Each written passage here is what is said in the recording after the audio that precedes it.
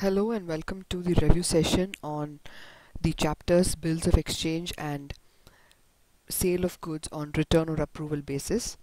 Before we get started with the review of the questions that you took in your test, I'll tell you something in brief about these two chapters. Right? The first chapter that we'll be looking at is Bills of Exchange. So we are here essentially talking about two types of bills of exchange, which is a bill and a promissory note. Okay, so these are negotiable instruments that are covered by that are covered under the Negotiable Instruments Act of 1881. So you need to know the distinction between a promissory note and a bill of exchange.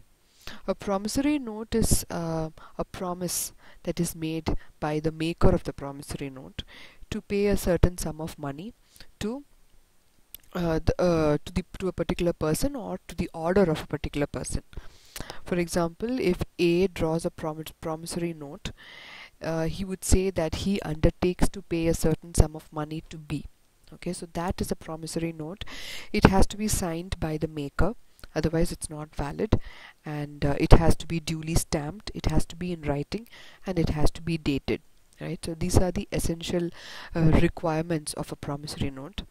Then a bill of exchange is it's an unconditional order. A bill of exchange is an unconditional order signed by the maker, and he directs a certain person to pay a certain sum of money on a certain date, okay, to himself or to the order of himself. So what does this mean?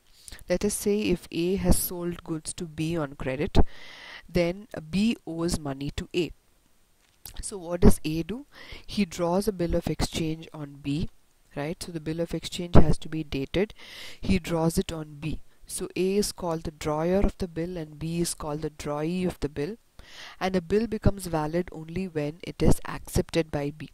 So till such time a bill is in fact called a draft. So only after it is accepted by B it becomes a bill. And so A draws a bill on B, B accepts the bill.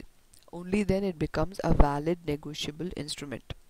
So now what does this negotiable instrument contain? It contains an order by A, right? An order by A to B to pay a certain sum of money, right? So on a certain date. So A might allow B 1 month credit or 2 months credit. Maximum it is 3 months credit, right? So he gives that time will be mentioned on the bill, and it has to be signed by the maker and it has to be accepted by the drawee. So it is not necessary that B has to pay only A. A might indicate that the money has to be paid to somebody else. That is called endorsement of a bill of exchange. So A endorses the bill to somebody else, let's say C. So here C becomes the endorsee, and finally on the due date B is liable to pay C the amount that is mentioned in the bill.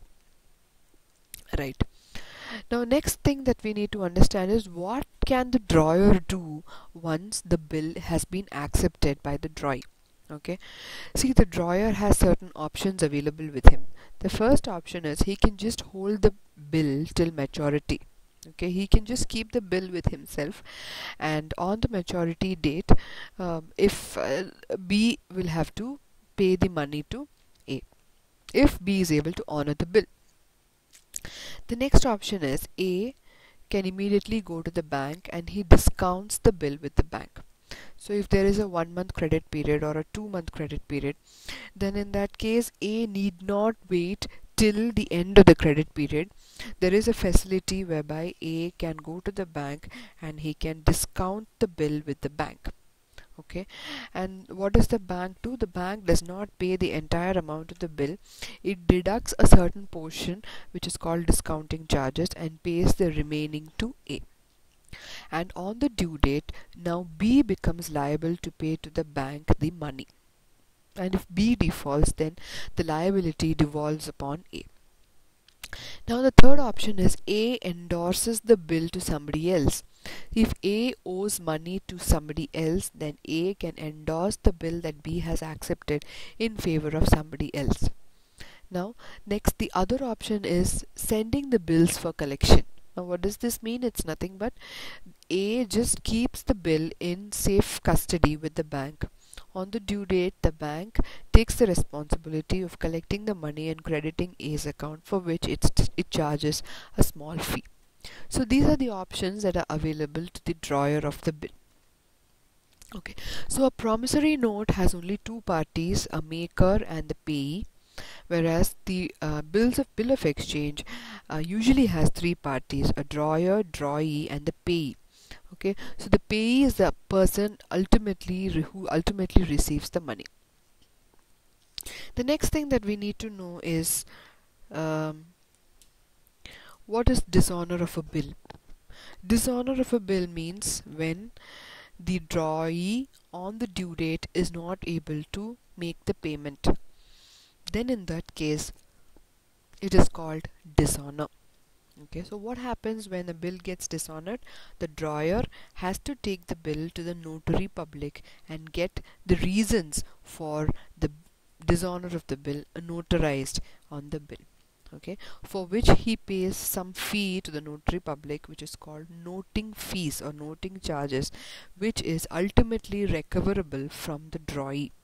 So noting charges, the ultimate liability to pay the noting charges is by the drawee, though the holder of the bill, whether it is the drawer or the endorsee, the holder of the bill will have to get it notarized, and then he will pay the noting charges, but ultimately he will recover it from the drawee. Okay, next we come to renewal of a bill. Renewal of a bill means, let us say A has drawn a bill on B for 2 months. Okay, and after 1.5 months B comes to A and he requests A to cancel the old bill and to make a fresh bill. Okay, and this fresh bill will include a certain interest for the extended period. Right? Suppose B requests A to draw a fresh bill for a period of another 2 months or 3 months, then the amount of the new bill will be the old bill plus the interest for the extended period. Right? That is renewal of a bill.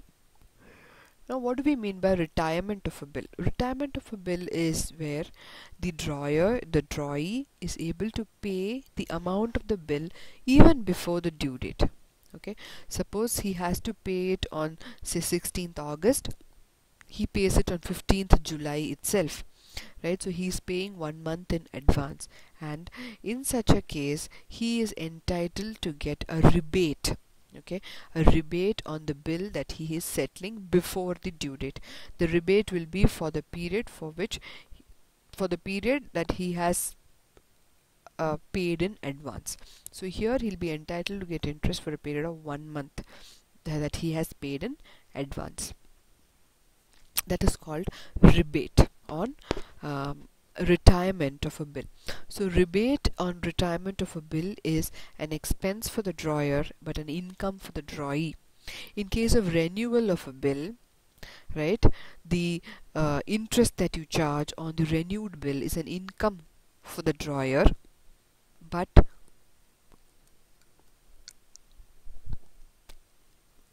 it's an expense for the drawee. Okay, when the bill is discounted with the bank, the discounting charges is an expense for the drawer. Okay, so the discounting charges is something that the drawer cannot claim from the drawee. Noting charges is not an expense for the drawer, it is expense for the drawee. It is something that the drawer incurs first, but he later gets it reimbursed from the drawee. Right, next, insolvency. Insolvency means the drawee becomes insolvent. Okay, he is not able to pay the amount of the bill, and suppose the drawer is able to recover some portion of the amount due from the drawee, then he debits his bank account, and whatever remaining amount is due to the drawer from the drawee is written off as a bad debt. Right, now next important topic or next important area in this chapter is calculation of the maturity date. Okay, so for that we need to understand what we mean by um, bill when the maturity. Sometimes it is mentioned on the bill that it is due 1 month after date, or it says that it is due 1 month after sight. Okay, so now what do we mean by 1 month after date? Let us say the date of the bill is 2nd January.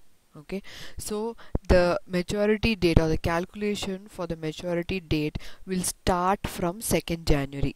That is an after date bill. Suppose it is an after sight bill. Citing in the context of bills of exchange means accepting the bill.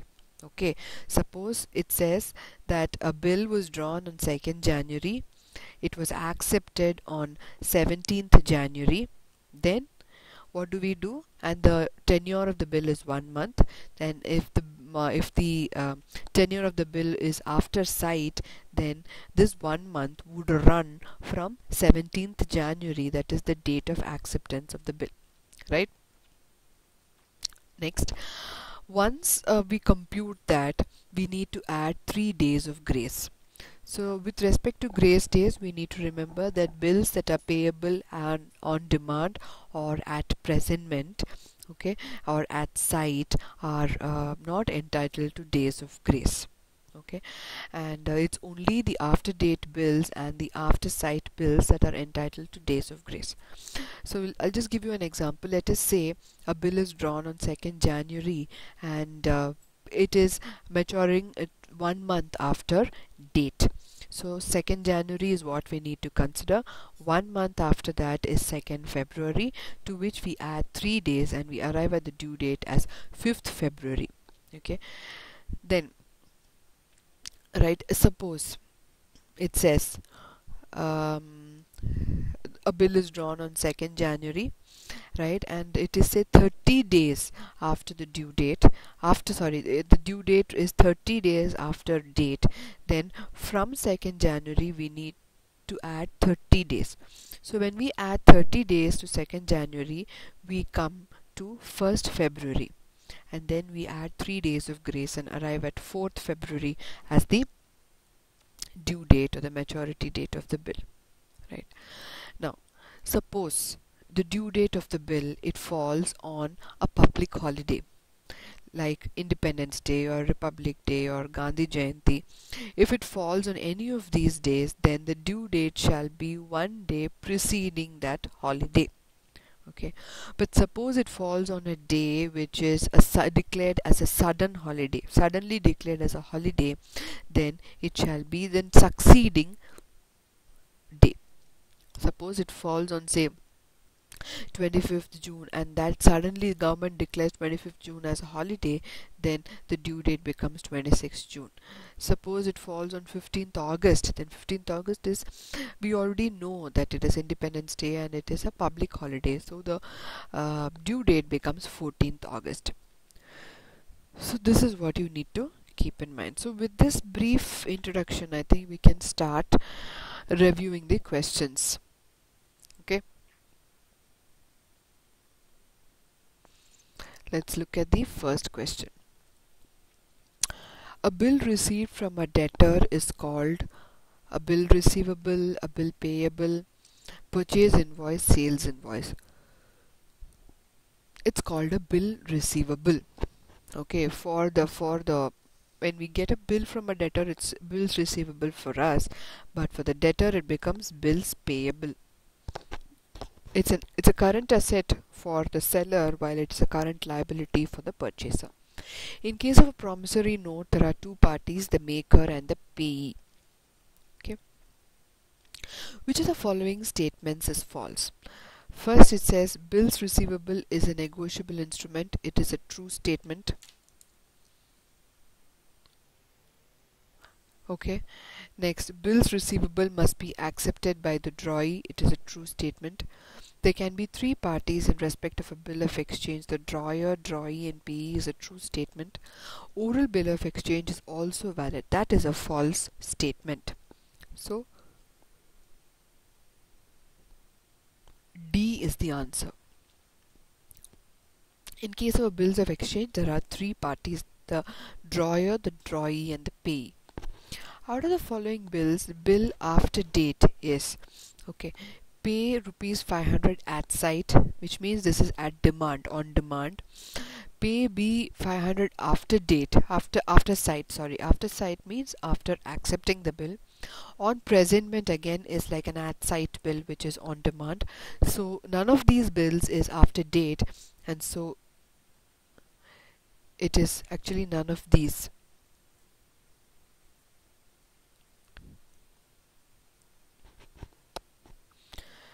Acceptance is necessary in case of a promissory note, a check, a bill payable on demand. None of these. Okay, so acceptance is necessary in case of a bill which is payable on demand. It's not necessary in case of a promissory note because it's anyways made by the maker, that is anyways made by the person who owes money. So there's no acceptance required in case of a promissory note. Which of the following statements is true? Creditors can draw a bill on debtors is wrong. Sorry, that is correct. When X sells goods to Y on credit, X becomes a creditor and Y is his debtor, and so X can draw a bill on debtors. So that is the true statement. The first statement itself is true, so we can just tick A as the right answer. If the due date is a public holiday, what will be the due date of the bill? If it's a public holiday, the due date shall be the preceding day. Okay. Next. X draws a bill on Y on 1/1/2007 for rupees 20,000 for 30 days. What will be the maturity date of the bill? Okay. So 1/1/2007 plus 30 days, we come to 31st Jan 2007, to which we add 3 grace days and we get the maturity date as 3rd Feb 2007. Okay, so when the number of days is given, we must not consider it as 1 month. Okay, so from 1 we need to add 30 to the number of days. Okay, so we come to 31st Jan. From there we need to add 3 grace days. That will give us Feb 3rd 2007. Next. On 10th September 2007, X draws a bill on Y for 3 months for rupees 20,000. 13th December was a sudden holiday, so the due date of the bill will be, so when there's a sudden holiday declared, the due date shall be the next day, so it shall be 14th December. Okay, so on 10th September 2007, X draws a bill on Y for 25,000 for 30 days. 13th December is a public holiday. The due date of the bill will be, okay, so if it's a public holiday, the due date shall be the next day. So sorry, the previous day, the preceding day. It is 12th December. In case of dishonor of an endorsed bill, noting charges are initially paid by, okay, so when a bill is endorsed, the endorsee will be having the bill on the date of dishonor, and it is the endorsee who will be taking the bill to the notary public to get the fact of dishonor entered on the bill. So the holder of the bill initially will have to pay the noting charges, and so it will be the endorsee who will be making the noting charges initially, though he will get it recovered from the drawer, who in turn will get it recovered from the drawee. A discounted bill is treated as dishonored in case of insolvency. Okay, so in case of insolvency of the drawee, a discounted bill will be treated as if it is dishonored. Okay. When the bills are to be produced, when do we produce the bill to the notary public? We produce it at the time of its dishonor. That's when the drawee is unable to honor the bill on that date. It is a dishonor of the bill. Then, which of the following statements is true? Noting charges is an expense to be borne by drawer. Noting charges is an expense to be borne by the drawee. Noting charge is an expense to be borne by the payee. Noting charge is an expense to be borne by bank. See, noting charge, as I told you, is ultimately to be borne by the drawee of the bill.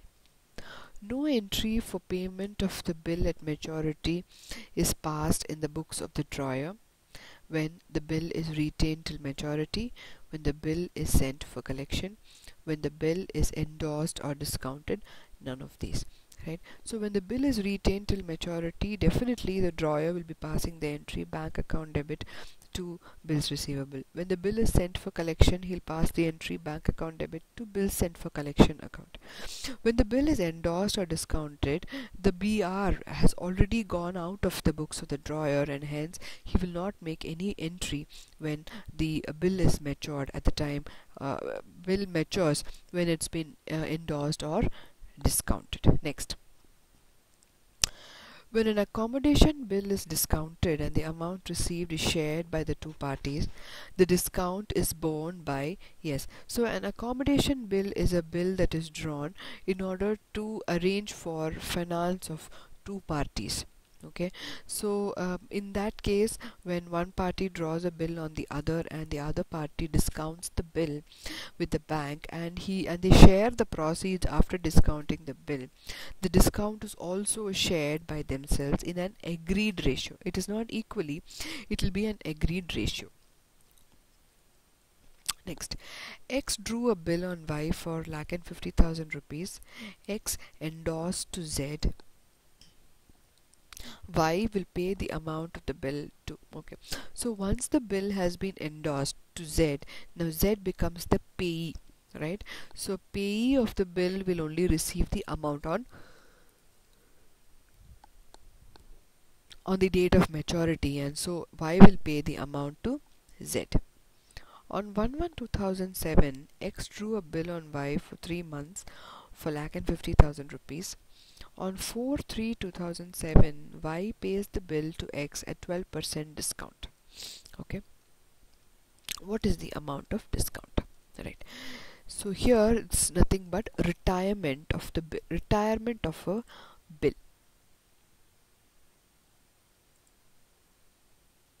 Okay, so what is happening here? Okay, so the date of the bill is 1/1/2007. Okay, that's the date of the bill, and the tenure is 3 months, which means the maturity date is 1/4/2007 plus 3 days grace, so we get the maturity date as 4/4/2007.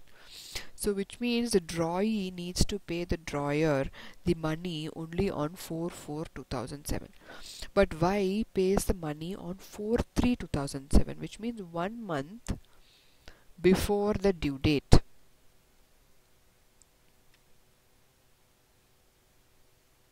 Okay, 1 month before the due date itself, Y pays the bill. So since he is paying the money before the due date, he is entitled to get a rebate. Okay, rebate at the rate of 12% per annum. That's given in the problem, right? So the amount of rebate will be ₹150,000 into 12 by 100 for 1 month. Okay, so it's ₹1,500. Next, so which means Y needs to pay ₹150,000 minus 1,500. That's ₹148,500 to X on 4/3/2007. That's the incentive that Y gets for having paid the money 1 month before the due date. Next, on 1/1/2007, X draws a bill of exchange for ₹150,000. That's due for payment after 3 months on Y, who accepts this bill. On 4/3, Y retires the bill of exchange at a discount of 12%. Which of the discount is correct for premature payment in the books of Y? Okay, so this is a repetition. So this is again 1,500. On 1/1/2007, X draws a bill on Y for ₹150,000. At maturity, Y requests X to renew the bill for 2 months at 12% interest. What will be the amount of interest? So this is a case of renewal of a bill. Okay, this is a case where a bill is getting renewed. So he wants to draw a new bill with 12% interest per annum for another 2 months. So the amount of the new bill will be, the amount of the old bill is 1,50,000 plus renewal interest is 12% per annum on 1,50,000 for 2 months. So it will be 3,000 rupees. So the amount of the new bill will be 1,53,000 rupees. So after 2 months, or whenever is the maturity of the bill, X will have to, or rather Y will have to pay X 1,53,000 rupees. Next, on 1/1/2007, X draws a bill on Y for 1,50,000 rupees for 3 months. At maturity, Y requests X to accept 50,000 in cash and for the balance to draw a fresh bill for 2 months together with 12% per annum interest. Okay, so here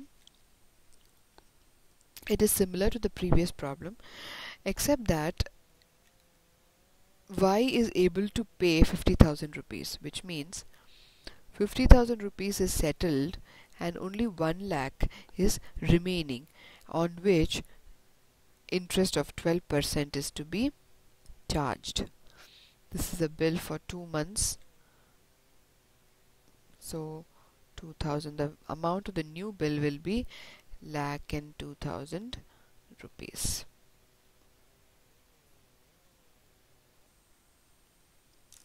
Okay. Next, on 1/6/2007, X drew a bill on Y for 25,000 rupees. At maturity, Y requests X to accept rupees 5,000 in cash and noting charges incur rupees 100, and for the balance, X draws a bill on Y for 2 months at 12% per annum. What will be the interest amount? Okay, so X has drawn a bill on Y for 25,000 rupees, and now he's not able to make the payment on the due date, and X has incurred a noting charges of 100 rupees. But Y has paid X 5,100 rupees. He has paid the noting charges, and out of the 25,000 he has made a part payment of 5,000 rupees. So the balance is only 20,000, on which interest is for 2 months at 12% per annum. Okay, so it will be 400 rupees. Next, M sold goods worth rupees 1,50,000 to N. On 1/10/2007, N immediately accepted a 3-month bill. On the due date, N requested that the bill be renewed for a fresh period of 3 months. N agrees to pay interest at the rate of 18% per annum in cash. How much interest is to be paid by N? Yeah. So here it will be 18% of 1,50,000 rupees into 3/12. Okay, so 18%. So it will be 1,50,000 into 18% divided by 4. 6,750 is the interest that N will pay immediately, and now that he has a renewed bill, he has a fresh period of 3 months.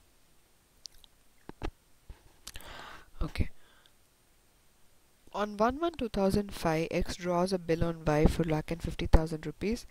At maturity, Y requests X to draw a fresh bill for 2 months together with 12% per annum interest. Noting charges is 500 rupees. What is the amount of interest? Okay, so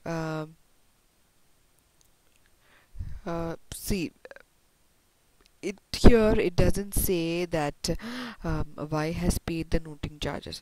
So what we need to keep in mind is that the amount of the new bill is now 1,50,500 rupees, on which interest is to be paid at 12% per annum for 2 months. Okay, so 1,50,000 rupees into 2/12 into 12% will give us 3,010 rupees. Next, X's acceptance to Y for ₹150,000 renewed at 3 months on the condition that ₹75,000 be paid in cash immediately and the remaining amount will carry interest at 12% per annum. What is the amount of interest? Okay, so here X is accepted to pay Y. Okay, so X has paid ₹75,000 and so the amount pending is ₹75,000 on which interest is to be paid at 12% per annum for 3 months. Okay, so it will be 75,000 into 12% into 3 by 12. So answer is 2,250. Next. Okay, S draws two bills of exchange on 1/1/2007 for 30,000 and 50,000 respectively. The bill of exchange for 30,000 is for 2 months while the bill of exchange for 50,000 is for 3 months. These bills are accepted by K. On 4/3/2007, K requests S to renew the first bill with interest at 18% per annum for a period of 2 months. S agrees to this proposal. On 23/2007, K retires the acceptance for 50,000, the interest with interest rebate, that is the discount being ₹500. Before the due date of the renewed bill, K becomes insolvent and only 60 paise in a rupee can be recovered from his estate. How much bad debt will be recorded in the books of S? Okay. See, what's happening, see, when there is such a long problem, what you need to do is straight away go to the last line, right? They're asking you how much bad debt is to be recorded in the books of S. So there are two bills, and which is the bill that has been settled first of all? K has paid the 50,000 bill, but he has not paid the 30,000 bill.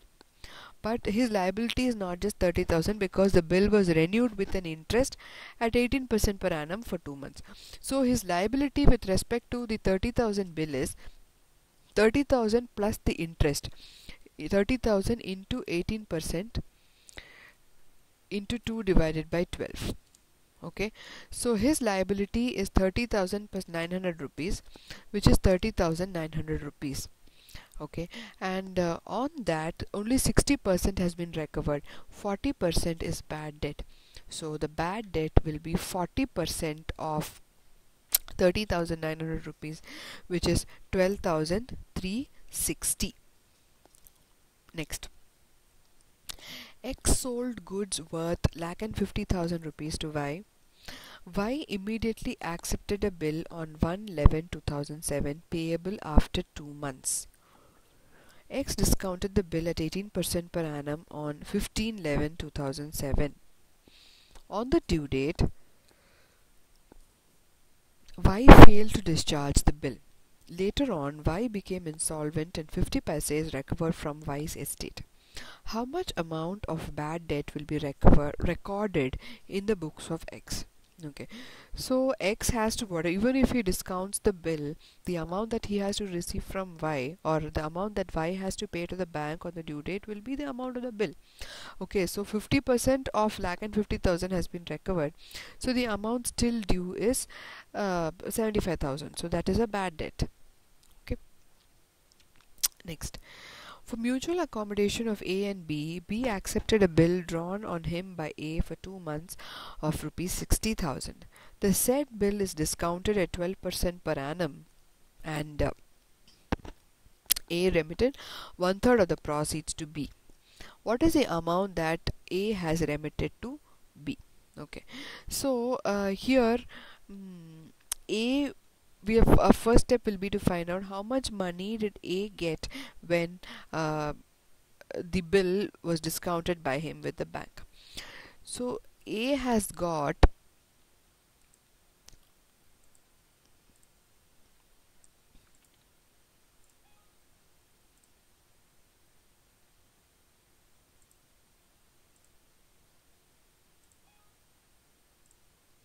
okay, so here it says 60,000 is the amount of the bill and it is discounted at 12% per annum, and the tenor is 2 months. That's very important. So discounting charges will be into 2 months by 12. Okay, so it is 1800, sorry, 1200. 1200 is the discounting charges, and A would have received 60,000 minus 1200 when he discounted the bill, which is 58,800. Okay, and 1/3 of 58,800, so it will be by 3.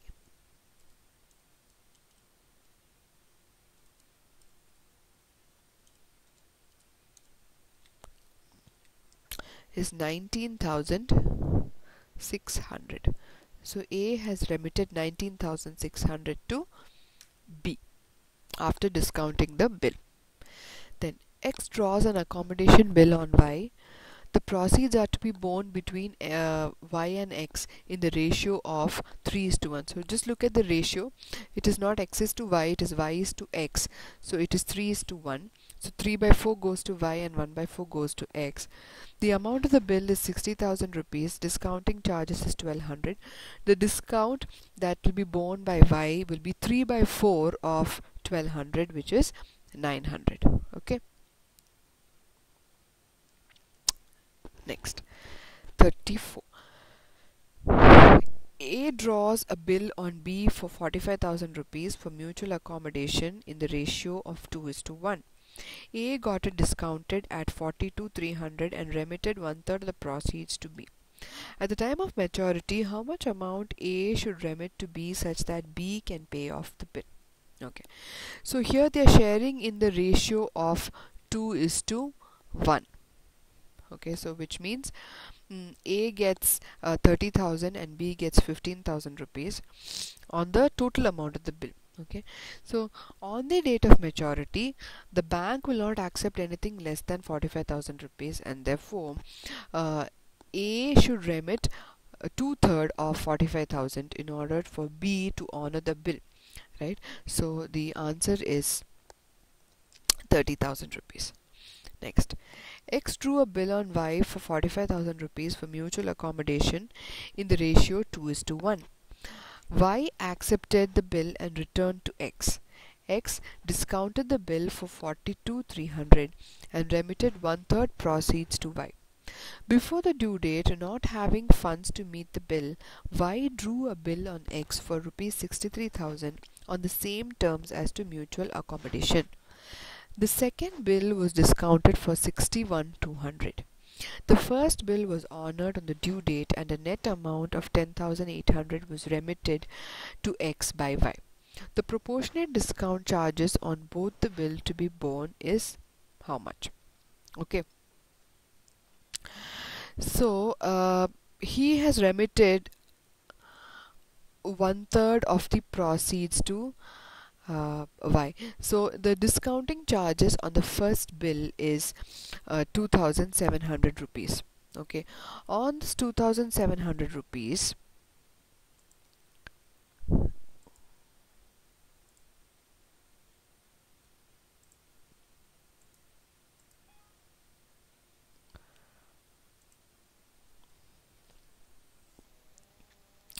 okay, so here 2,700 rupees is the discount on the first bill, which will be borne by X and Y in the ratio of 2:1. So it will be 2/3 of 2,700 for X, and it will be 1/3 of 2,700 for, this is 900 and this is 1,800. Next bill is getting discounted and the discounting is 1,800. Okay, discounting charges are 1,800, which are going to be borne. 2/3 of 1,800 is going to be borne by X and 1/3 of 1,800 is going to be borne by Y. So this is 1,200 and this is 600. Okay, so here it says proportionate discount charge on both the bills borne by X, okay, is 1800 plus 1200, which is 3000, is the answer. So answer is C. Next, which of the following statements is true? A bill cannot be endorsed more than 2 times is false. There is no limit on the number of times that a bill can be endorsed. A bill is drawn by the purchaser. A bill is actually drawn by the seller. So second statement is also false. A bill contains an unconditional promise to pay. That is also false, because a bill contains an unconditional order to pay. Then D, noting charges are borne by the drawee in the event of dishonor of the bill is true. Okay, so with this we complete the questions on bills of exchange. Now we are going to the next chapter, which is goods that are sent on return or approval basis. Okay, so here what happens is, a person, let us say a person is dealing in cars. Okay, so what he does is he sends his cars to various dealers across the city, and he has not sold them. Okay, he has just sent them on return or approval basis. And there is a certain time limit that is given to these dealers, within which time they are supposed to get back to the person who has sent the cars to them whether they want to purchase the cars from him. Otherwise they have to return it to him. Okay, so this is goods that are sent on return or approval basis. So goods are sent, and the goods, when you send the goods, only the possession gets transferred from one person to another. The ownership gets transferred only when the other person sends his consent. Okay, he actually says that he's going to buy those goods, or there is a lapse of time. So let us say he is given 2 months in order to approve. He neither approves nor he sends back the goods, which means that it's an implied consent. He has accepted the goods by lapse of time. And the third way by which the ownership gets transferred is when the person to whom the goods have been sent, he does some act which implies that he has actually purchased the goods. For example, let us say he pledges those goods and he takes a loan, right, which means that the goods this will be considered as a sale of goods.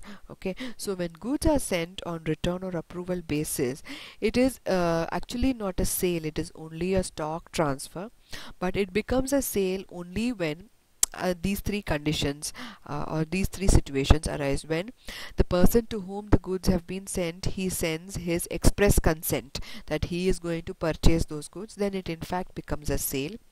When there is a lapse of time, he neither returns the goods nor he communicates his consent, then it becomes an approval, then it becomes a sale automatically by lapse of time. Or he does some act which which is like an implied consent that he gives. Okay, so what we need to keep in mind is that the accounting for sale goods that are sent on return or approval basis is of 3 types, or the situations could be 3 where such sales or such transactions where goods are sent on approval or return basis are very few in number, or where it is moderate in number, or where there are too many such transactions in an organization.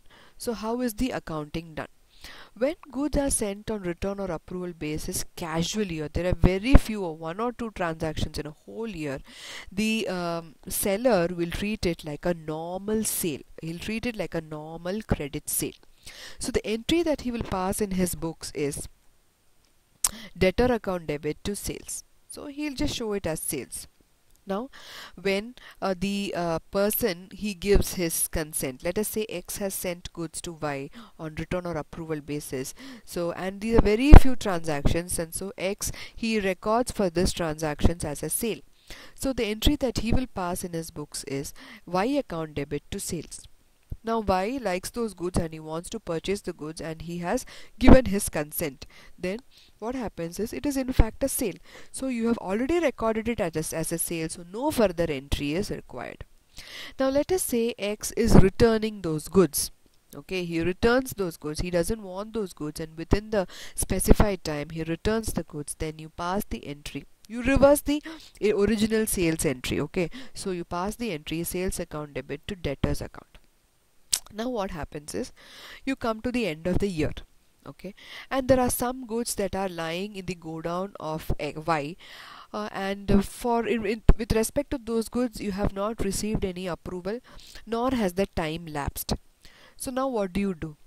So it is actually excess stock which is lying in Y's godown. So you have to bring that stock into your books. So what are the two things that you have to do? First is, you have originally recorded it as a sale. It is not in fact a sale. Okay, so you have to reverse that entry first. Entry will be sales account debit to debtors. Now that that is done, you have to bring the value of stock into your books. Though physically you don't have the stock in your godown, it is your stock which is lying in Y's godown. Okay, but so you have to bring the value of that stock into your books.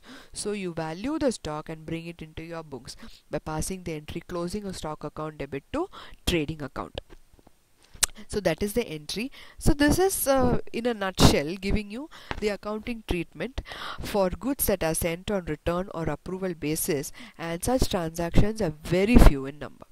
Now we come to the next case, where how do we account for goods that are sent on return or approval basis and such transactions are moderate in number. Okay, so in that case a sale or return journal is maintained. What is the sale or return journal? It's nothing but it's like a book of prime entry where there are 4 columns. First column is goods sent on approval or return basis. Second column is goods returned. Third column is goods approved. The fourth column is the balance, which is nothing but difference between A minus B minus C. Okay, so the balance which is still lying in the customer's godown, and that is to be included as part of your stock. So here absolutely no accounting entries are passed when goods are sent on approval or return basis. Only an entry is made in the sale or return journal. When the goods are returned, no entry is passed. Now when the goods are approved, then a sale entry is passed. Okay, so entry will be debtors account debit to sales when goods are approved, and you make an entry in the sale or return journal, and you also pass an accounting entry which is debtors account debit to sales. Now the last column, which is the balance, which is nothing but the stock which is your stock lying with the customers, and that has to be included in the valuation of stock at the year end. Okay, so as usual we value the stock at cost or net realizable value, whichever is lower, and bring it into our books by passing the closing entry, closing stock account debit to trading account. Right, so that is the second category. Now we come to the final category, where such transactions are very frequent, they are numerous. Okay, so in that case it is not enough if we just maintain a sale or return journal. We need to have a sale or return ledger. We need to have a sale or return day book. Okay, so just as we have a sales day book, and then we have a general ledger which has a sales account and the various debtors account, we have a sale or return day book and a sale or return ledger.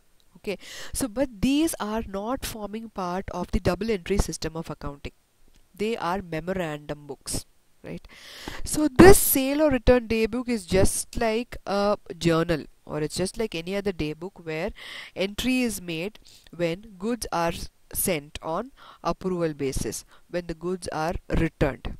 Okay, and what is the sale or return ledger? Sale or return ledger has all the accounts of the various customers to whom goods are sent on return or approval basis, and it has got an account called sale or return account.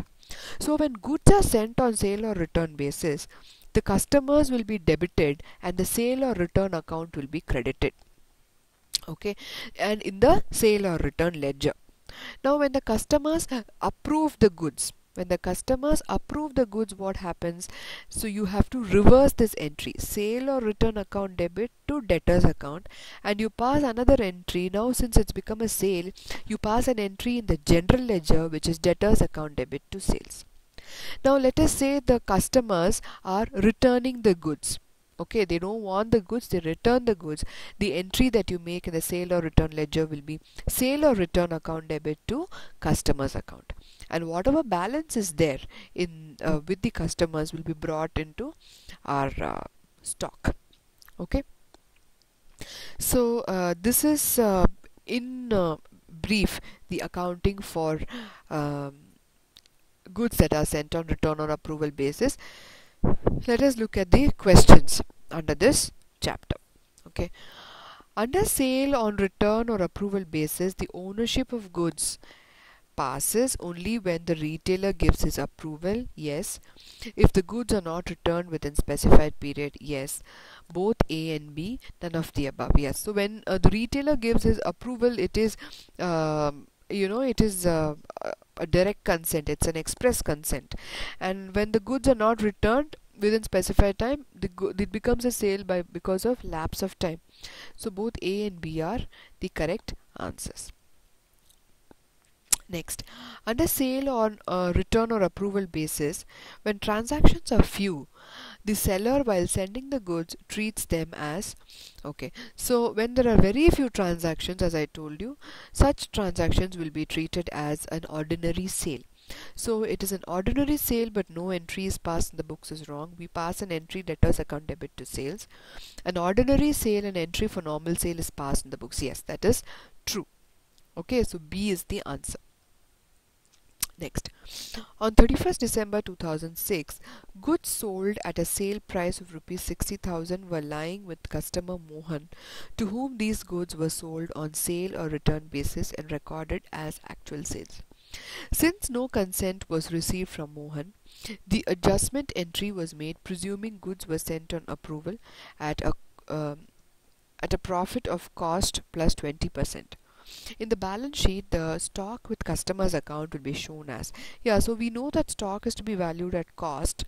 Okay, so we need to remove the loading on the sale price that's given to us. The sale price that's given to us is 60,000 rupees, and they are saying that the loading is 20% on the cost.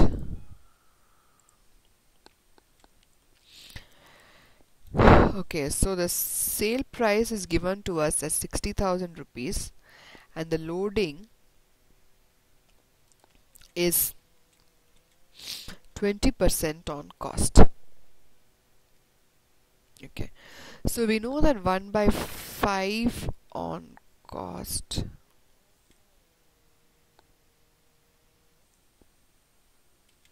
is 1 by 6 on sales. Okay, and so the loading is 10,000 rupees and the cost is 50,000 rupees. So the value at which, this is the value of stock to be included. Okay, next, A sent some goods costing rupees 10,500 at a profit of 25% on sale to B on sale or return basis. B returned goods costing 2,400. At the end of the accounting period on 31st December 2007, the remaining goods were neither returned nor approved by him. The stock on approval will be shown in the balance sheet. Okay, so we are given the cost of the goods that were sent, which is 10,500. We know that goods costing 2,400 were returned. So the goods costing 8,100 are with B, and that has to be included in our stock. Next, a merchant sends out his goods casually to his dealers on approval basis. All such transactions are, however, recorded as actual sales and are passed through the sales book. On 31/12/2006, it was found that 100 articles at a sale price of rupees 400 each, sent on approval basis, were recorded as actual sales at that price. The sale price was made at cost plus 25%. What is the amount of stock on approval? Okay, so we are given the sale price as 400 rupees. So the sale price of one item is 400 rupees, and so we know the sale price is 400 rupees, and it is cost, loading is cost plus 25%. So 1 by 4 on cost is 1 by 5 on sales, and therefore the loading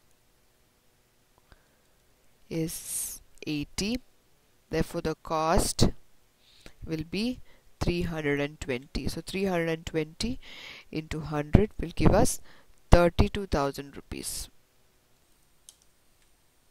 Okay, next. X sends goods on approval basis as follows. The stock of goods on approval basis on 31st Jan will be, we are required to find out what is the stock of goods that are on approval basis that we need to include in our stock. Okay, so they're giving you the various dates, they're giving you the customers' names, they're giving us the sale price of goods that have been sent, goods accepted, goods returned. So let's look at A. A was sent goods having a sale price of 10,000 rupees. He accepted goods worth 8,000 rupees and he returned goods versus having a value of 2,000 rupees, which means there's nothing with A. Similarly with B, he has accepted everything, so there's nothing with B. C, he returned everything, so there is nothing with C either. D also, he's accepted 2,000, returned 7,000, so there is nothing that is sitting with D. So there's no stock which is sent on approval. Next, a company treats its cars to dealers on sale or return basis. Sends its cars to dealers on sale or return basis. All such transactions are, however, treated like actual sales and are passed through the sales day book. Just before the end of the financial year, 2 cars which had cost 50,000 each have been sent on sale or return and have been debited to customers at £1,60,000 rupees. Cost of goods lying with the customers is 1 lakh. Okay, so the cost is 50,000, so you have to bring that into books because you have not received the approval, nor there has been lapse of time.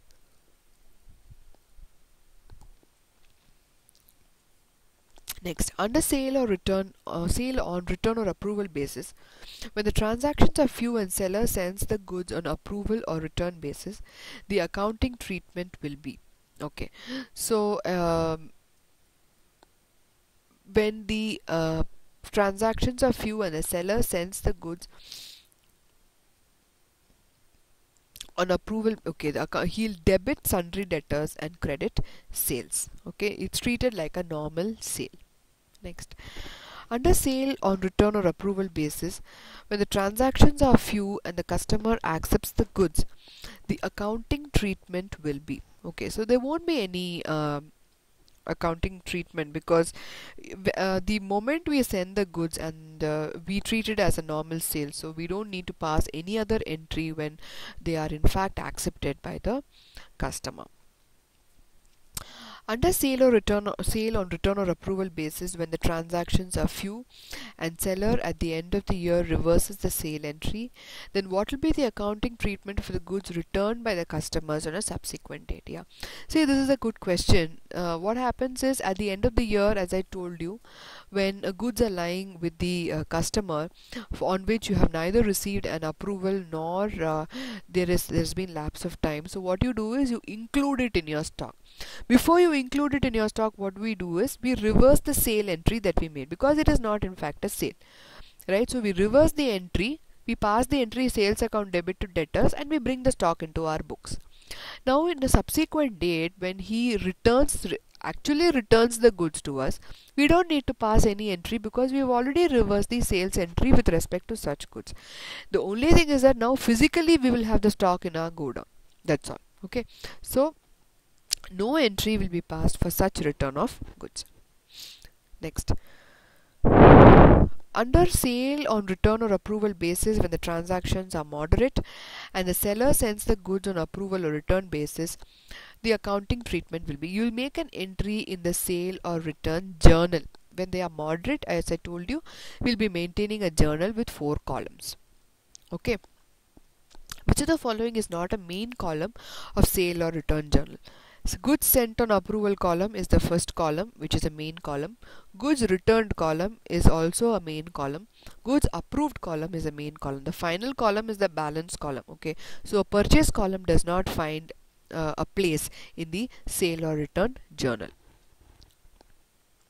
When sale or return journal is maintained, a journal entry is passed for goods delivered. No entry is passed for goods delivered. No journal entry is passed. You just make an entry in the, or you just record it in the sale or return journal. Goods returned, again no journal entry is passed. The fact is just recorded in the journal. Goods approved, yes, when goods are approved, we pass the entry debtors account debit to sales, and that entry is made in the general ledger. Okay. Next, under sales on return or approval basis, when the transactions are large and the seller sends the goods on approval or return basis, the accounting treatment will be, okay. So when the as I told you, when the transactions are numerous, then the entry is made in the sales or return day book, and then subsequently it is posted in the various customers account in the sale or return ledger, and also to the sale or return account. Sale or return day book and sale or return ledger are called memorandum books because they are not part of the double entry system of accounting. No balance will be taken from the sale or return day book or the sale or return ledger to our final accounts. In the sale or return ledger, all the customers are individually debited and the sale or return account is credited with the periodical total of the sale or return day book. All the customers are debited in total and the sale or return account is credited with the periodical total of the sale or return day book. All the customers are individually debited and the sale or return account is also credited with the individual total of the sale or return day book. None of these. Okay, so here, just as in the case of our debtors account, where in the personal ledger we maintain a separate accounts for every debtor, here the customers accounts will be debited individually and the sale or return account will be credited with the periodical total of the sale or return day book. So answer is A. Next, when a sale or return day book and a sale or return ledger are maintained and the goods are sent to the customers on sale or return basis, these are recorded initially in the sale or return day book and thereafter in the sale or return ledger. So answer is A. When the goods are returned by the customer within the specified time, they are initially entered in the sale or return ledger, thereafter in the sale or return day book. Initially in the sale or return day book, thereafter in the sale or return ledger. Only in the day book, only in the ledger. See here, it is just as in case of a purchase returns or a sales returns, we make an entry. The entry is made in the subsidiary book first. So initially it is recorded in the day book, and then you make a posting in the sale or return ledger. When sale or return day book and sale or return ledger are maintained and the goods are approved by the customer, these are recorded initially in the sale or return day book, thereafter in the sale or return ledger, only in the sale or return day book, only in the sales day book, both in the sale or return day book and sales day book. Okay, so here when goods are approved, entry is made both in the sale or return day book and the sales day book. The sale or return day book, we need to reverse the entries that we initially made when we sent the goods for approval. Okay, so we would have entered in the sale or return day book when we sent the goods for approval, and then made a posting in the ledger by debiting the customer's account and crediting sale or return account. When the customers approve, we need to reverse this entry. Okay, so we need to make an entry first with a negative marking in the sale or return day book, so that we pass the entry sale or return account debit to the various debtors account. Okay, so that gets nullified, but since it has become a sale now, we need to make an entry in the sales day book and then subsequently make a posting in the general ledger, okay, the debtors account, and in the sales account in the general ledger. Next, when a large number of articles are sent on sale or return basis, it is necessary to maintain a sale or return journal. Okay, so yes, so with this we come to the end of this session. In case you have doubts, please feel free to mail me at queries@greymatteracademics.com. And so until next time, goodbye.